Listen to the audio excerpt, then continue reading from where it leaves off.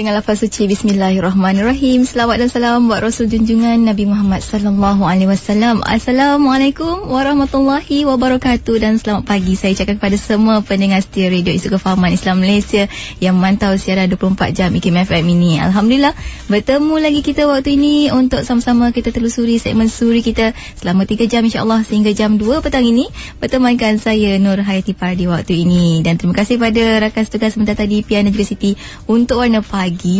Dan nampaknya hari ini kita tak naklah melengahkan masa untuk kita terus bersama dalam segmen pertama kita Islam Itu Indah bersama dengan tetamu yang tak asing lagi yang mengisi program ini iaitu Profesor Dr.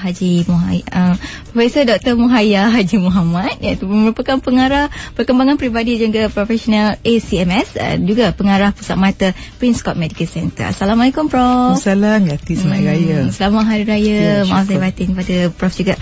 Dan hari ini Prof, kita nak berbincang, nak sama-sama kupas berkenaan dengan kemahiran dalam kehidupan. Bila cakap kemahiran ni tak semestinya teknikal. Betul. Bila kemahiran ni macam-macam kemahiran ada.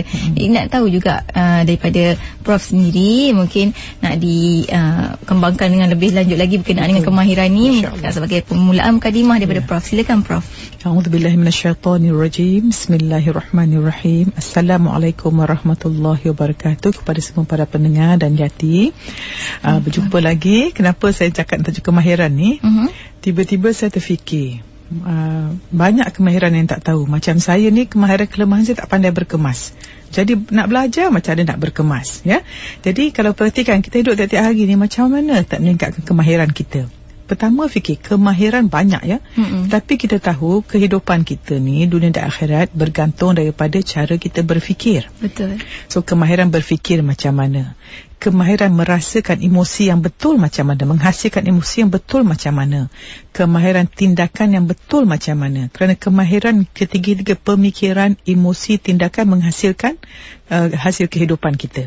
Jadi bila kemahiran berfikir, tadi saya dengar Dr. Syafiq Al-Hafiz ditanyalah ustaz, bagus sangat, dan saya nak sebut sikit-sikit lah, di mana saya sangat rasa teruja bila beliau mengatakan, saya ni tak banyak ilmu tentang agama ya, tetapi beliau mengatakan, dia seorang Al-Hafiz, dia kata punca segala penyakit di dunia ini daripada hati. Maknanya penyakit fizikal dihasilkan daripada hati. Jadi ini tally dengan saya selalu baca kajian medical dan metafizik yang lain saya baca tu, yang orang putih yang bukan orang Islam cakap, di mana dia kata positive psychology, positive physiology. Kalau kita fikiran negatif, maka banyaklah penyakit. So bila beliau kata macam tu, mana tally lah. Macam Islam kata, saya sangat bersyukur. Tapi saya tahu dalilnya. Tapi dia kata, bila saya fikir balik, betul lah. Pasal saya doktor dah lama, saya tengok orang yang sangat negatif banyak penyakit. Orang yang sangat positif, kadang walau badan dia gemuk pun tak ada penyakit. Dan kita tengok orang yang selalu kena penyakit banyak ni, selalunya dia orang suka risau dan bimbang dan sebagainya. Dan mereka tak pandai, tidak ada kemahiran mengawal pemikiran, perasaan dan perbuatan mereka. Jadi ini yang kita nak cakap tentang kemahiran. Dan kalau fikir balik, dia kata Al-Quran diturunkan sebagai syifa, pengobat. Jadi jangan kita lihat Al-Quran ni hanya konteks untuk baca halawan tu, nak kurangkan penyakit fizikal. Bukan. Sebenarnya saya rasa siapa yang dekat dengan Al-Quran, hatinya akan dekat dengan Allah. Dan siapa yang hatinya dalam genggaman Allah, insya-Allah akan sentiasa berfikiran positif. Pasal kalau kita yakin dengan tali yang kita pegang kuat dengan Allah, kita tak takut jatuh. Kalau tali kita rapuh, kita akan takut jatuh. Jadi orang yang dekat pada Allah, hatinya baik, dan kita jumpa Allah pun dengan baik. Jadi bila kita punya hati sihat, insya-Allah badan fizikal pun akan sihat.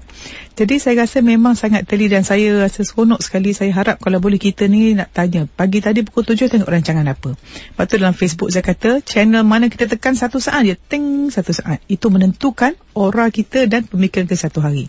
Tapi ada orang dia suka cari tengok berita negatif. Ya, okey. Jadi nak tetap satu lagi, saya dengar pagi tadi Ustaz Wan Suhbani Leman tentang kemaafan. Bagaimana dia kata orang suka beri kemaafan. So kemahiran beri kemaafan macam mana? Orang yang suka beri maaf orang ni, orang yang bijak. Pasal di akhirat nanti, orang yang sangat beruntung ialah bila orang yang boleh Allah pandang dia tinggi sebab dia boleh marah orang tapi dia maafkan orang. Contohnya kita dengan anak, boleh marah tapi kita maafkan anak kita, ataupun kita menegur anak kita dengan kemahiran yang tertentu. Kita ada bos, kita tak marah pekerja kita, walau kita boleh marah, kita maafkan dia. Pembantu rumah pecahkan cawan, kita boleh maafkan dia. So Luqman Al-Hakim pernah dia nak nasihat anak dia supaya bangun subuh kan, bangun lambat. Dia kata apa? Jangan sampai ayam jantan lebih cerdik daripada kamu. Dia tak kata kenapa awak ni lebih bodoh daripada ayam jantan, tak. Jangan sampai ayam jantan lebih cerdik daripada kamu. Maknanya ayam jantan pagi-pagi dah berkokok bangun. Kenapa ya kita manusia Khalifah Allah ni tak bangun lagi? Cara Luqman Al-Hakim pesan. So saya menyuruh diri saya samalah. Ya, jangan kita sukalah memaafkan orang. Jadi saya nak sebut 4 tahap kemahiran dalam kehidupan. Okey, tadi Pian dia kata, Prof tolong cakap 1, 2, 3. Saya nak ikut Pian dan nasihat Pian. Jadi kemahiran kehidupan ni kita bagi manusia kepada 4. Kita renung sama-sama kita yang mana. Dalam bahasa Inggeris dia panggil unconscious incompetence. Yang kedua conscious incompetence. Yang ketiga conscious competence. Yang keempat unconscious competence. Apa dia? Yang pertama ialah orang tu tidak mahir tapi dia tak sedar dia tidak mahir. So ketidakmahiran tanpa sedar. Dia tak tahu apa dia tak tahu. Orang ni bahaya. Tapi dia belagak macam dia tahu. Orang macam ni banyak bercakap tapi tak ada tindakan. Banyak kritik aja.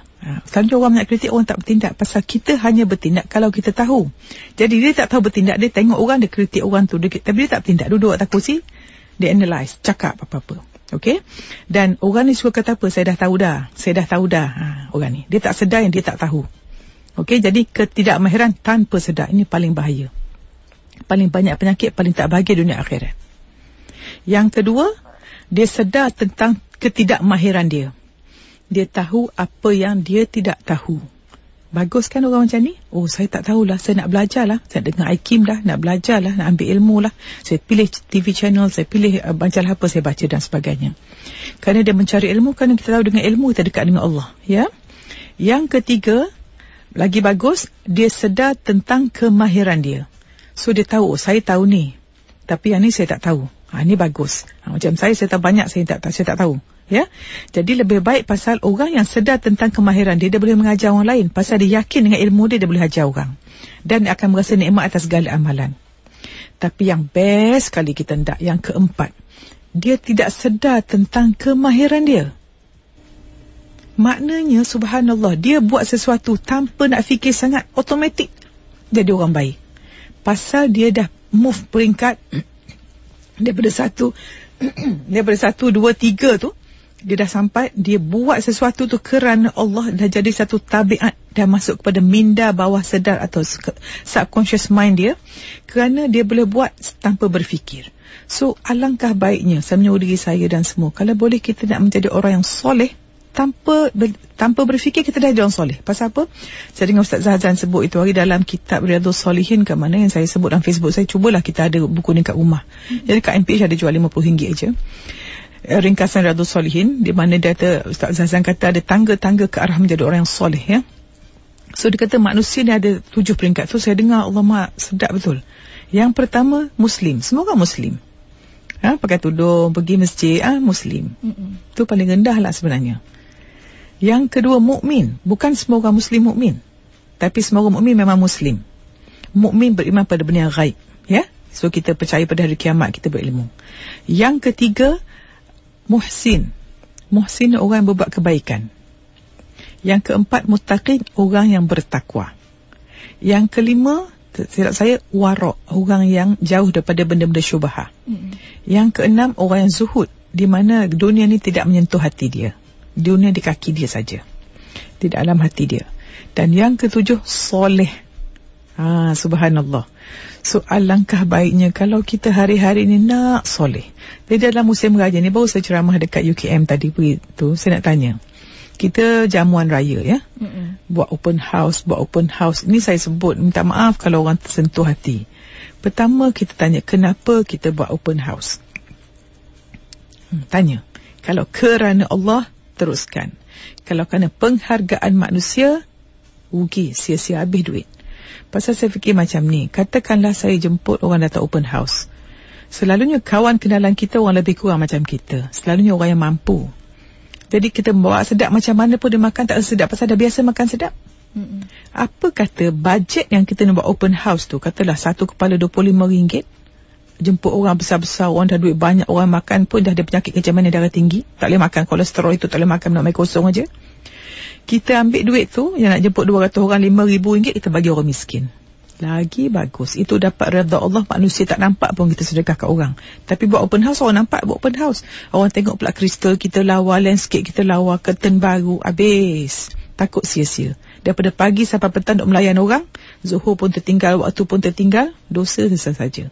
Minta maaf kalau saya tersentuh hati, tapi saya rasa kita ubah paradigma. Kita nak belanja besar-besar untuk makan ni benda yang harus. Kalau kita berlebih-lebihan dalam benda harus pun Allah tak suka. Jangan terlampau. Kenapa nak gembira sangat hari raya? Hari yang pertama cukup sudahlah tu. Balik semula, cuba tengok apa tarbiyah Ramadan kita tu. Cuba dapatkan nikmat ibadah kita masa Ramadan tu. Kita nak teruskan. Kalau yang tadarus tu, kita tadarus. Kita sentiasa mengaji.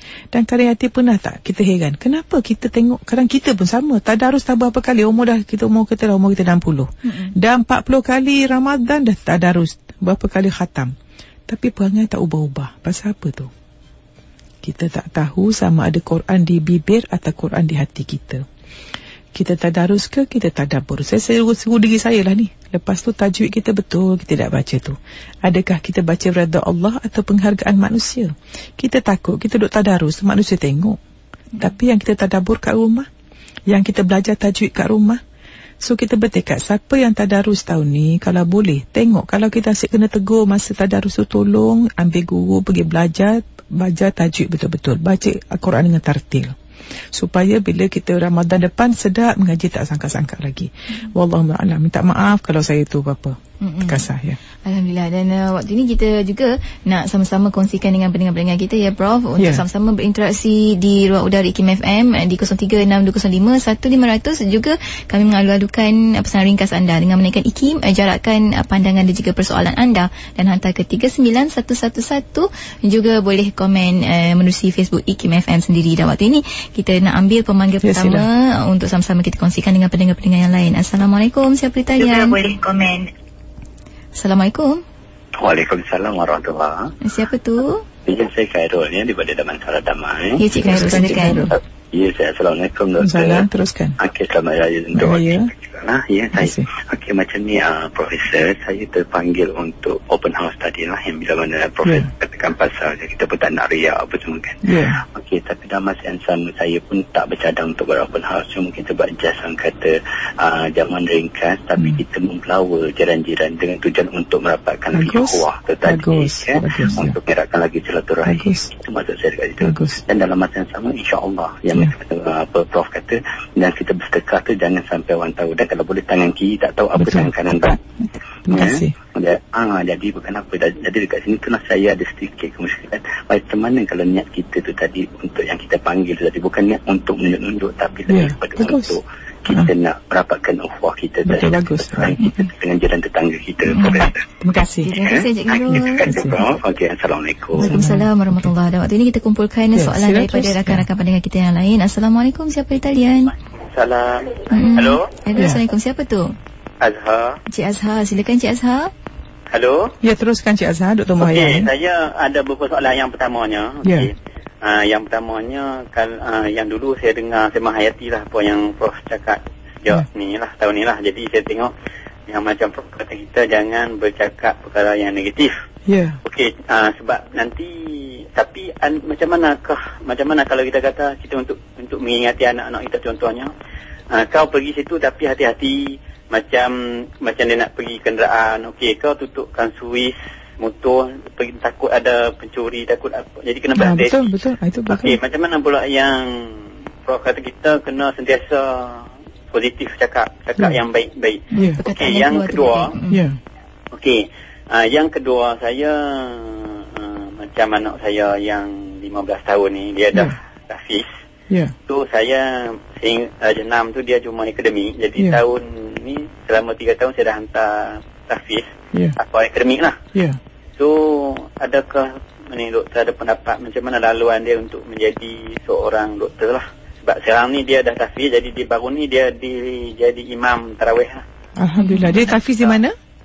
Tahfiz Darul Furqan yang swasta punya. Oh, swasta.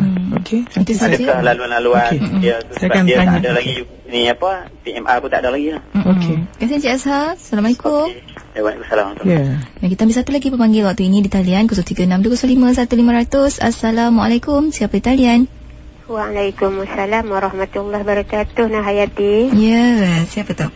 Kak Fatimah. Ya, teruskan Kak Fatimah, Dr. Muraya ni teruskan. Ya, Assalamualaikum. Waalaikumsalam, teruskan. Ni nak tanya tadi, Profesor ada habak yang apa? Orang ni dia apa pun tak masuk dengan dia orang, dengan apa yang disebut kan. Macam bertadarus, macam nasihat dia macam tu je. Macam mana kita nak berdepan dengan orang-orang macam ni, Profesor? Dia kita bermaafan pun dia macam tu, dia tak pernah nak abak yang dia tu salah ke, tapi kita ni sentiasa merendah diri lah kan. Memaafkan kesalahan dia, tapi kita terasa juga terkecil hati kan. Yang kedua, dengan orang-orang yang riak ni, dia pandai bercakap, semua hukum dia tahu, tapi dia tak berubah juga. Macam mana kita nak menghadapi dia orang ni? Memang dengan kesabaran, tapi apa lagi ada cara-cara dia. Itu saja. Selamat Hari Raya, maaf lahir batin. Assalamualaikum. Waalaikumsalam warahmatullahi wabarakatuh. Dan Prof, mungkin waktu ni kita boleh ulas sedikit. Terima kasih. Okey, ringkas Syekh Khairul Open House macam saya kata, kita buat apa-apa niat. Kalau untuk redha Allah, silaturahim, bagus. Okay, yang kedua, Cik Azhar pesan negatif, naik motor tu memang kita kena usaha untuk mengelakkan. Jangan kita pintu tak tutup suruh positif tak mencuri masuk, tak boleh lah, ada usaha. Macam hadis Nabi pun ada kisah tu. Dan untuk tahfiz ni saya kurang tahu sangat, tetapi yang saya tahu kalau kita masuk Darul Quran, saya ingat kalau kita jadi Al-Hafiz, yang saya tahu UIA boleh memberikan mereka masuk ke fakulti mana yang dia dapat kalau mereka habis Darul Quran. So cuba tanya tentang Darul Quran. Ya, saya pun tak tahu sangat. Tetapi kalau niat jadi doktor, insya-Allah boleh. Cuba tingkatkan prestasi akademik juga. Yang ketiga, memang macam Kak Fatimah tadi, saya rasa macam ni dah, saya dah sebut beberapa kali di IKIM ni, kalau boleh, apa yang kita sebut hari ni, kita jangan fikir orang. Jangan fikir orang riak, orang tak maafkan kita. Jangan fikir orang. Kalau saya pun, saya tak nak sibuk pasal orang. Saya nak sibuk betulkan diri saya. Dan orang yang kita rasa tak, jangan sampai rasa kita baik, orang tak baik. Na'udzubillah. Biar kita nampak, saya boleh pesan orang. Bila kita jumpa orang, cara nak merendah diri ialah, kita tengok orang, kita kata, dia baik pada saya. Dia khusyuk pada semayang lebih pada saya. Dia akan mati dalam iman lebih baik pada saya. So, sentiasa pandang mata kita nampak orang lebih baik pada kita, maka kita tak kritik orang. Dan kalau kita dengar orang nampak orang negatif, kita doakan dia dan kita senyum. Dan bila kita yang nak cuba dakwah orang, kita tak boleh ubah orang, kita ubah diri kita. Dan sebenarnya kita nak beri inspirasi pada orang bukan dengan berdakwah, dengan cakap banyak macam saya ni. Kita banyak mendengar. Bila kita dengar orang, berarti kita hormat pada orang. Sebab tu kalau kita jumpa orang tu dia bercakap, tak dengar orang, memang orang tak hormat orang. Cuba kita tanya orang, kita suka jumpa orang yang banyak mendengar kita ke suka jumpa orang yang banyak bercakap? Confirm satu dunia memang tak tahan orang banyak bercakap. Bingit telinga kita. Sebab tu kalau kita cakap-cakap, kita ada monitor. Kalau suruh cakap-cakap orang diam semua, minta maaf saya terlebih cakap. Awak teruskan. Beri laluan pada orang. Hormat, cara hormat kan. Betul, komunikasi dua hala begitu. Allah ya Tuhanku, sebenarnya kalau kita ego ni orang banyak nafsu syaitan. Ego ni dia kata dia terbaik, akulah aku, engkaulah engkau, aku paling baik, aku title aku. Ya Allah, na'udzubillah. Dan kajian menunjukkan siapa suka perkataan aku, kemungkinan dapat sakit jantung 3 kali ganda lebih pada orang yang banyak mendengar. Satu fakta yang menarik untuk kita kongsikan dengan pendengar waktu ini. Dan mungkin juga Prof, bila kita selalu kata orang, macam Prof kata tadi, bila kita selalu memandang orang lebih baik daripada kita, mungkin secara positifnya dia akan jadikan kita rendah diri. Tapi bagaimana pula kalau mungkin ada setengah daripada kita ni hadir dalam diri dia rasa yang inferior. Saya nak differentiate rendah diri dengan rendah hati. Ikut agim gimnasia, rendah diri inferior, rendah hati humble. So kita nak rendah hati. Rendah hati maknanya walau tinggi pangkat mana pun, hati kita tetap rendah, pasal kita rasa hanya Allah yang maha besar. Rendah diri ni kita pandang diri kita rendah, orang lain tinggi. Sebenarnya tak boleh. Kita mesti berkeyakinan dengan diri kita, sebab kita yakin kalau kita orang yang soleh, yang kita dah melalui Muslim, mukmin semua dah tu, kita buat berbaik, kita takwa, kita sebagainya, insya-Allah kalau tali Allah dengan kita, nak takut apa? Betul. So yakin pada Allah. Jadi kita pandang orang lebih baik. Selalunya kita pandang orang lebih baik ini pada saya lah. Kita cuba lihat nilai orang tu, bukan duit dia. Macam ni, manusia ada dua, dalaman, luaran. Okey, jadi tengok saya sekarang. Tengok saya pakai baju biru, tudung biru. Ini luaran saya. Yati boleh tengok dengan mata fizikal.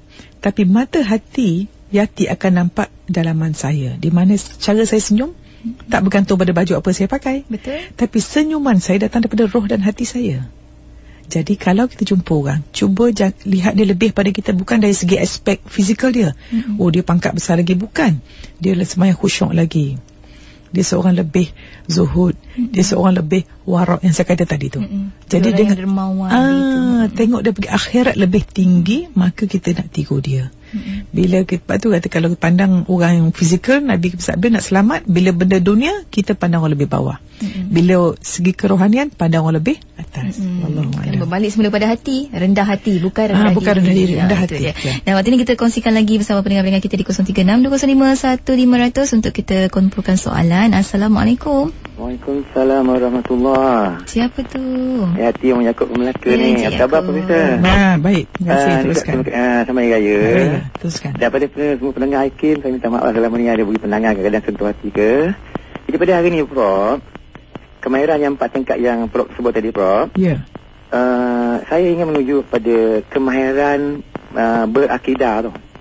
Maknanya kenapa setiap kali saya sunat, Allah seolah-olah kuliah dengan guru Allah. Itu ayat akidah sebenarnya.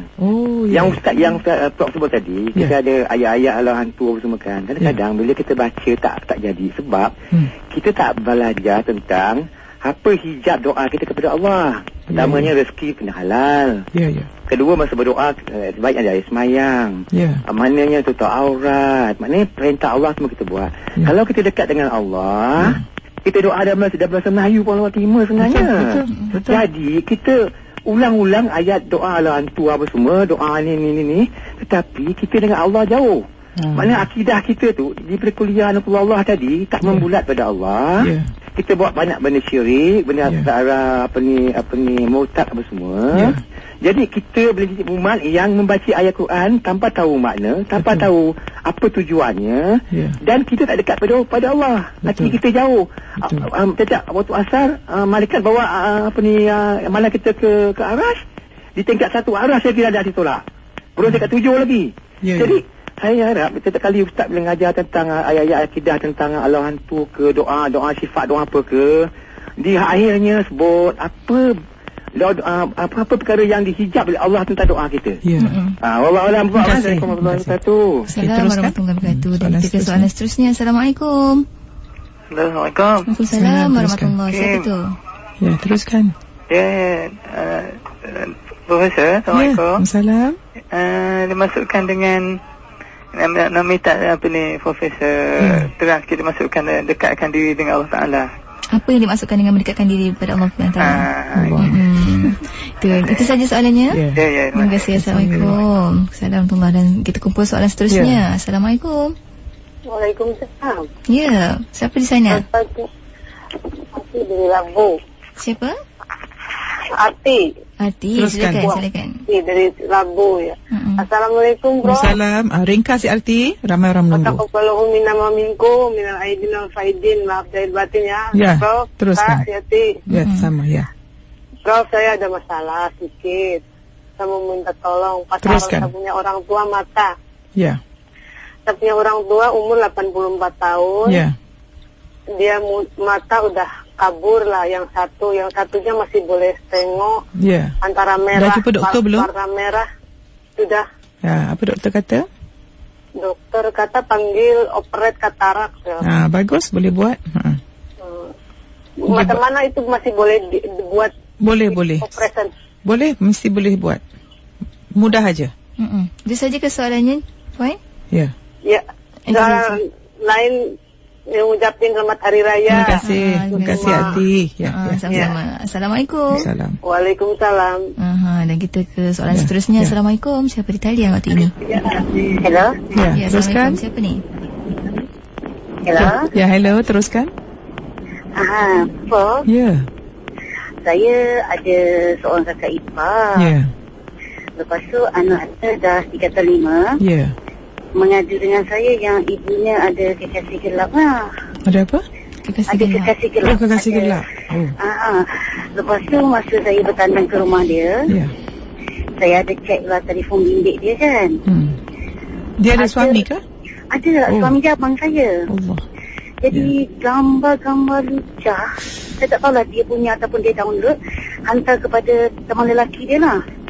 Tapi dalam handphone tu dia save nama perempuan. Saya memang tak tahu nak buat macam mana nak bagi tahu abang. Saya takut nanti ada dendam kan dalam rumah tangga tu. Okey. Itu saja soalannya. Nak tanya pandangan. Okey. Assalamualaikum. Assalamualaikum. Mungkin Prof boleh kita ulas satu persatu. Okey, I think Cik Yaakob tu saya rasa jelas ya, jelas.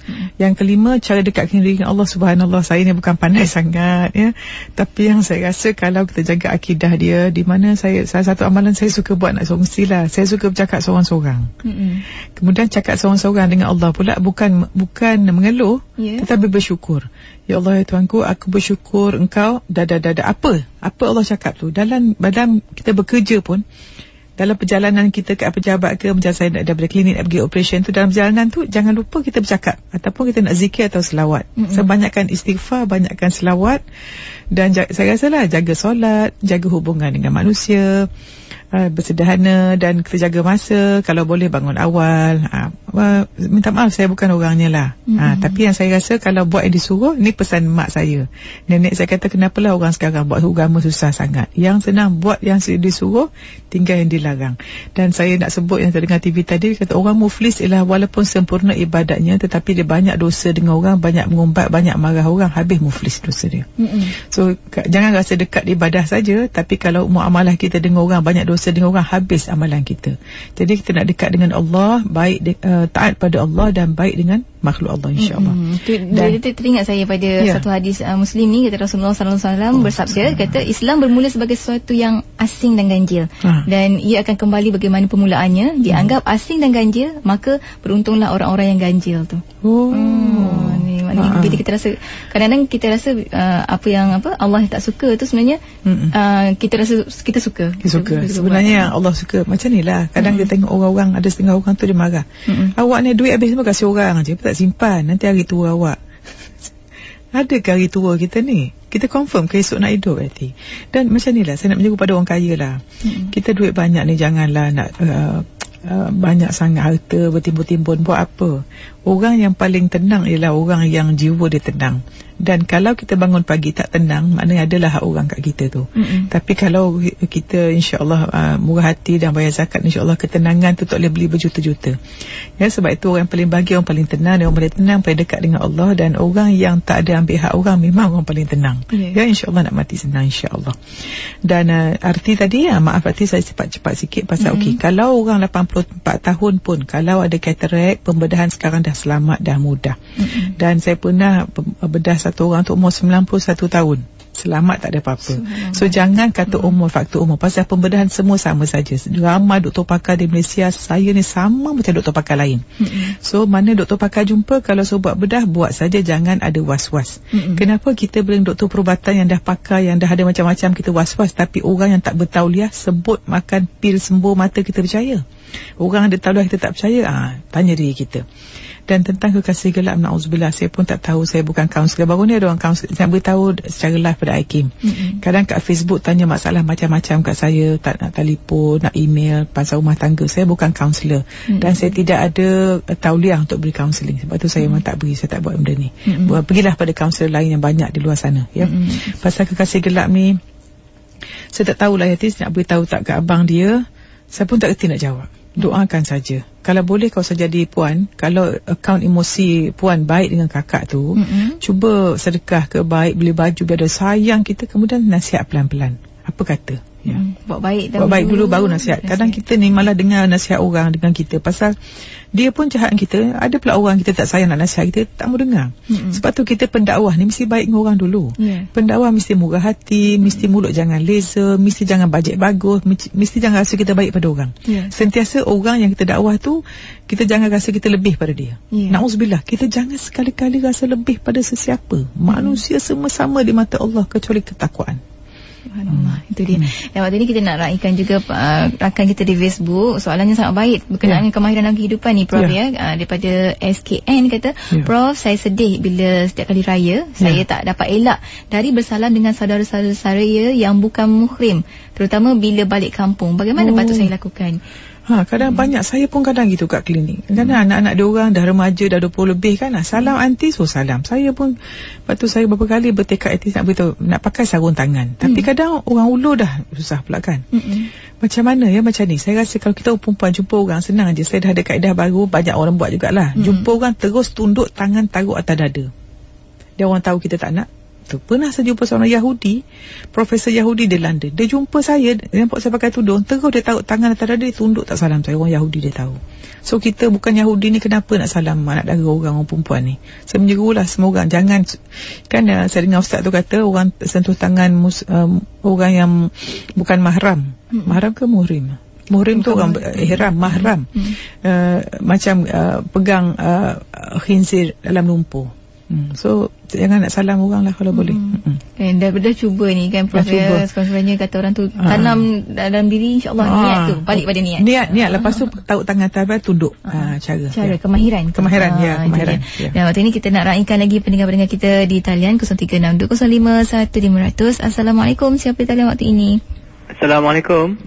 Teruskan saudara. Alhamdulillah. Taqwallahu minkum minna wa minkum taqabbal ya karim. Selamat raya. Terima kasih. Jadi alhamdulillah, saya Abdul daripada Pulau Pinang lah. Teruskan. Profesor nak tanya sikit lah masalah sekarang ni lah. Kita ada banyak perceraian. So apakah nasihat? Dan saya pun dan family saya pun ada juga anak saudara saya kahwin dengan satu ustaz 8 tahun belajar luar negeri. Dia perceraikan isteri dia 4 bulan mengandung. Sedangkan takkan dia tak tahu hukum kan. Pasal apa? Saya bukan nak tengok kesalahan dia, tapi nak tengok kenapa benda ni terlalu ramai sangat jadi perceraian. Sebab nikah ni satu, macam mana Profesor Zaliha kata, nikah, atau Profesor sendiri kata, nikah ni, kahwin ni adalah satu lubuk untuk cari pahala keberkatan. Kenapa benda ni jadi azab, na'udzubillah? Benda tu halal tetapi dibenci oleh Allah Ta'ala. Dan minta nasihat Dr. Terima kasih. Assalamualaikum. Assalamualaikum warahmatullahi. Kita kumpul soalan daripada pendengar yang lain. Assalamualaikum. Dibenci oleh Allah Ta'ala. Assalamualaikum. Hello. Assalamualaikum. Waalaikumsalam. Ya, siapa di sana? Saya Hakim lah. Ya, saya. Siapa di sana? Usin Ahmad dari Datuk Keramat. Silakan. Cik Usin, Dr. Muhayyan teruskan soalan. Saya nak tanya, sebenarnya manusia, kita ni manusia lah, tak ada penyakit sebenarnya. Penyakit ni datang, betul ke saya dengar satu motivasi, dia cakap penyakit datang dari amal kita lah. Kalau amal kita buruk, penyakit tu datang. Macam habit merokok, datang kanser, batuk. Jadi macam tanya, semua penyakit yang datang pada jasad kita ni asal kerja buruk kita lah. Tepat. Dan apa tu, untuk menyembuhkan dia, asal kerja baik kita juga agak sembuhkan tu. Macam ubat-ubat tu dia macam dia support dia, tapi dia tak boleh sembuhkan sepenuhnya lah. Apa pendapat Profesor? Bagus. Terima kasih Cik Husin. Assalamualaikum. Waalaikumsalam. Terima kasih. Kita ke soalan seterusnya di talian. Assalamualaikum. Waalaikumsalam. Ekin ya? Ya, teruskan.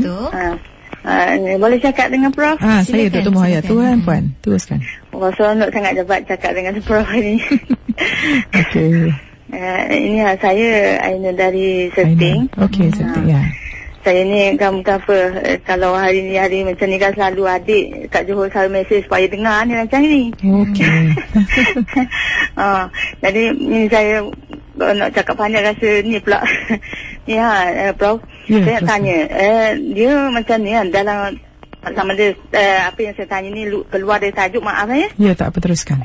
Ini macam setengah orang bila kita bercakap dengan seorang tu, kita rasa minat sangat nak cakap dia. Macam seorang sebagai contoh macam Prof kan, semua orang mungkin seronok dengar Prof cakap. Mungkin 99.9 seronok dengar Prof cakap kan. Tapi ada setengah tu, kalau kita cakap dengan seorang tu, macam kita rasa macam tak suka. Macam dia menyampaikan mungkin benda yang elok, tapi kadang cara penyampaian kadang ada yang kata, yelah macam tak suka. Apakah dia ni? Maknanya dari segi apa? Macam kata adakah dari segi kemahiran dia ke, ataupun dari kata apa yang Allah Ta'ala bagi pada seseorang tu. Cara penyampaian dia ataupun itulah macam menyebabkan orang tu minat dengar atau tak minat dengar. Terima kasih Cik Ainun. Sebenarnya saya ni kan yelah, kalau wasa tak nazam, kalau boleh nak jumpa dengan Prof. Setting kat mana ya? Padam sangat dengar Prof. Prof orang Terengganu kan? Terengganu. Setting kat mana? Terengganu. Setting Terengganu. Ada rezeki jumpa lah lain kali. Saya khabar. Bila saya nak pergi Terengganu, saya khabar kat Hakim. InsyaAllah. Terima kasih Prof. Okay, jumpa lagi. Makan kepuk banyak. Assalamualaikum. Sungguh. Ya, keluar Terengganu Prof. Mungkin kita boleh ulas satu persatu. Soalan Cik Yaakob tentang perceraian. Semalam saya dengar Datuk Jamil Khair sebut menteri tu, dia kata di mana orang tu perceraian salah satu faktor ekonomi, dia kata. Mungkin juga saya rasa ekonomi juga, tetapi juga saya rasa hubungan dengan Allah sangat penting. Dan macam Ustaz tadi dia menceraikan adik dia kan, saya pun tak tahu macam mana, tetapi macam Ustaz Zazan kata, dia kata siapa yang tak dapat kasih sayang Allah, tak dapat kasih sayang manusia.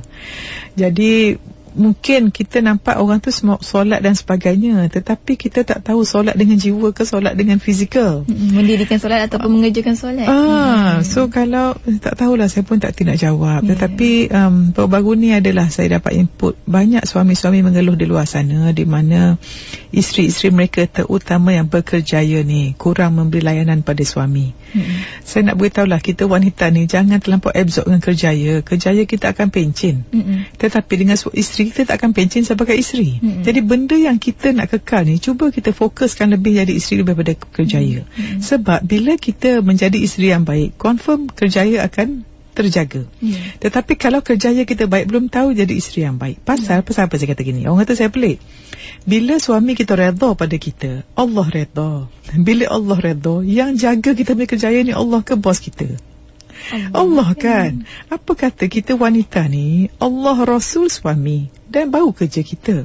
Jadi itulah pesanan saya. Saya punya iPad dah habis bateri pula, tak tahu soalan orang tanya apa dah. Cik Husin tadi berkaitan dengan penyakit datang daripada amalan. Betul. Macam ni, setengah penyakit memanglah smoking dan sebagainya amalan buruk, penyakit. Tetapi kita boleh kata obat doktor ni tak berkesan, tak boleh juga. Ada segi saintifik macam ni. Dia penyakit fizikal kena obat fizikal kan. Tetapi kalau obat fizikal saja, sebab tu saya kata doktor-doktor yang hanya merawat fizikal tanpa merawat jiwa akan jadi dinosaur, obsolete, tak ada orang jumpa nanti. Jadi saya sedang nak membawa satu paradigma pada perubatan, bahawa semua doktor ni kalau boleh merawat jiwa doktor, jiwa pesakit. Tapi doktor yang tak terawat jiwanya tak boleh nak merawat pesakit. Sebab tu orang jadi doktor dengan sendiri akan jadi baik. Dengan sendiri akan jadi baik, di mana kalau bila kita baik dan persangkaan kita baik, maka akan banyaklah kebaikan daripada pesakit. Ya. Cakap apa tadi ya? Pasal penyakit. Okey. So obat doktor mesti makan juga. Jangan tak makan langsung. Tetapi yang saya kata penyakit hati tu gini, kalau kita banyak negatif, di mana kita kurang beriman pada Allah, hubungan kita dengan Allah tak kuat, maka kebimbangan banyak, ketakutan banyak, kedengkian banyak, kemenyampahan banyak, ketamakan banyak. Maka bila kita negatif, hormon kita akan negatif. Pasal ada kajian menunjukkan hormon, cuba Google serotonin, SEROTONIN. Serotonin ini adalah hormon yang keluar yang akan menyebabkan kita rasa seronok. Nombor 2, meningkatkan sistem imun tubuh kita. Dan kajian menunjukkan orang yang menerima kebaikan, orang yang melihat kebaikan, orang yang memberi kebaikan, peningkatan hormon serotonin. Sebab tu orang yang depression, orang yang kemurungan, doktor beri ubat untuk meningkatkan serotonin. Apa kata kita tingkatkan serotonin kita sendiri dengan menjaga cara kita berfikir. Itulah kemahiran berfikir dan berkomunikasi dan sebagainya. Serotonin ya. Serotonin. Cuba Google. Itu Cik Husin. Apa soalan seterusnya? Kemudian Puan Ainun tadi bagaimana nak bagi orang penyampaian. Saya tak tahulah orang saya cakap ni bagus tak bagus. Saya pun kadang kena marah juga. Macam-macam ada orang tak email kat saya, kata saya macam-macam. Tapi pada saya tak penting. Bila saya sangat suka memberi teguran pada saya.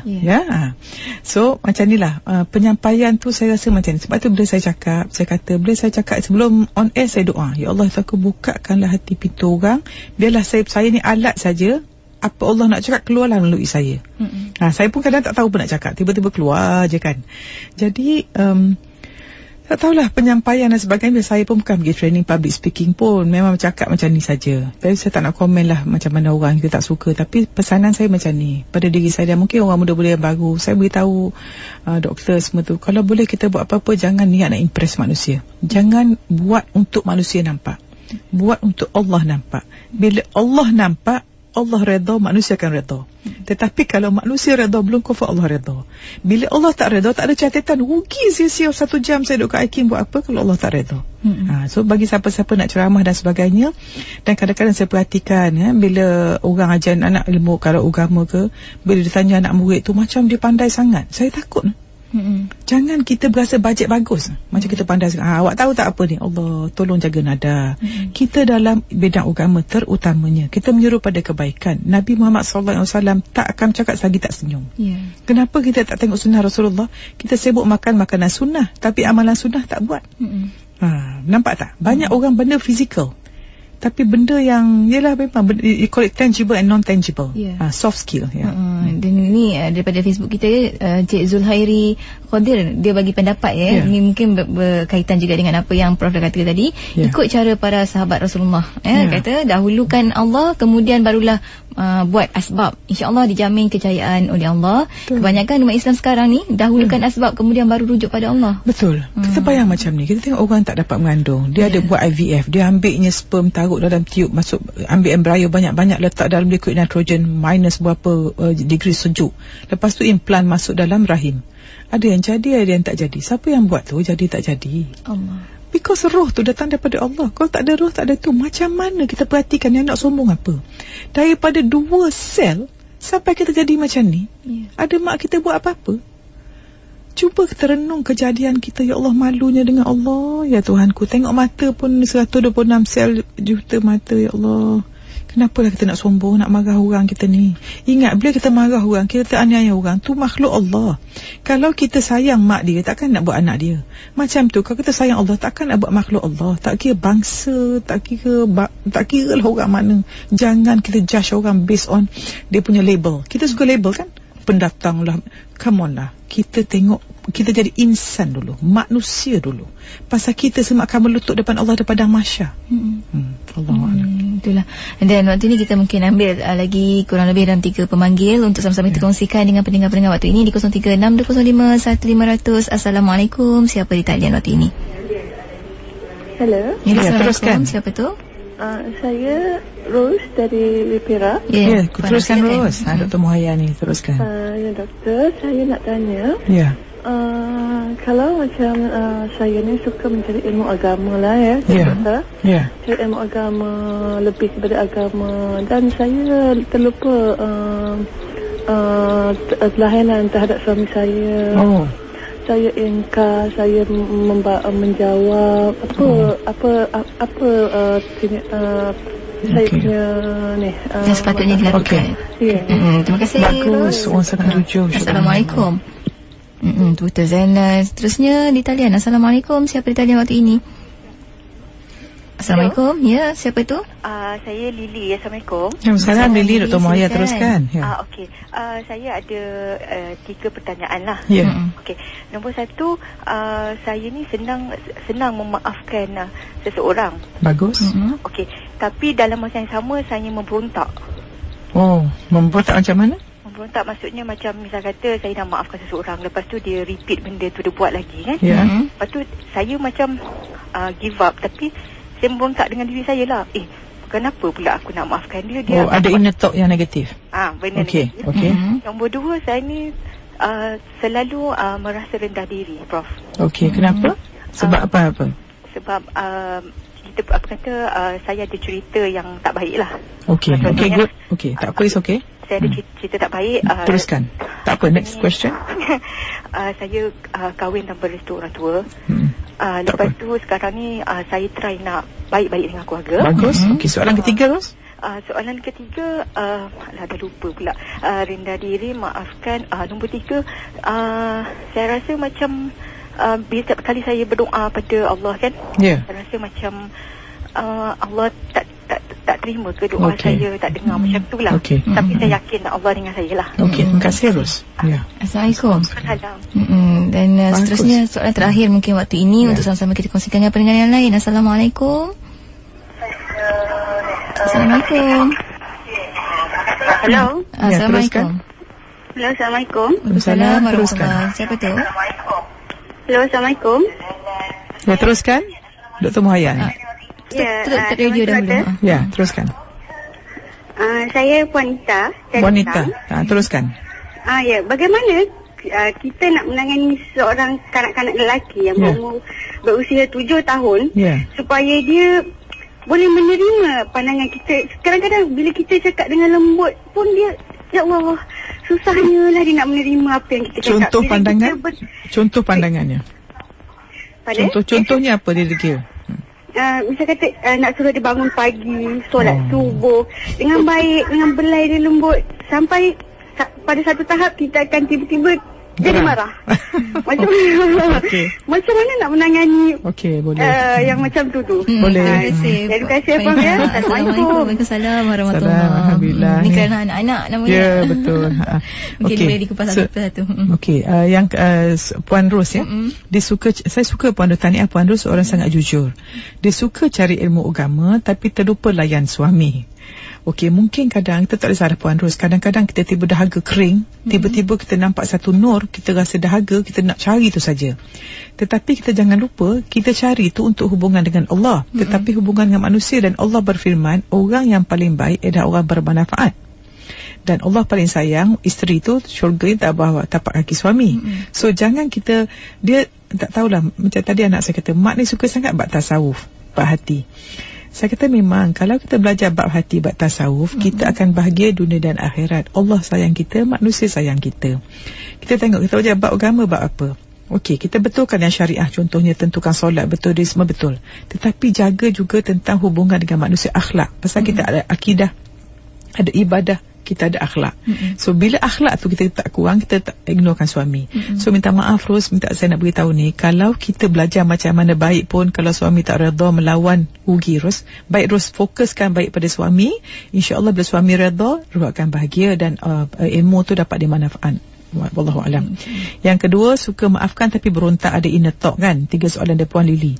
Bagus maafkan, tapi kalau kita dah maafkan, kita hanya boleh maafkan kalau kita pernah marah. Apa kata kita ni cuba hilangkan kemarahan. Saya dah sebut kemarahan 2 jenis. Kemarahan kerana personal, kemarahan kerana agama.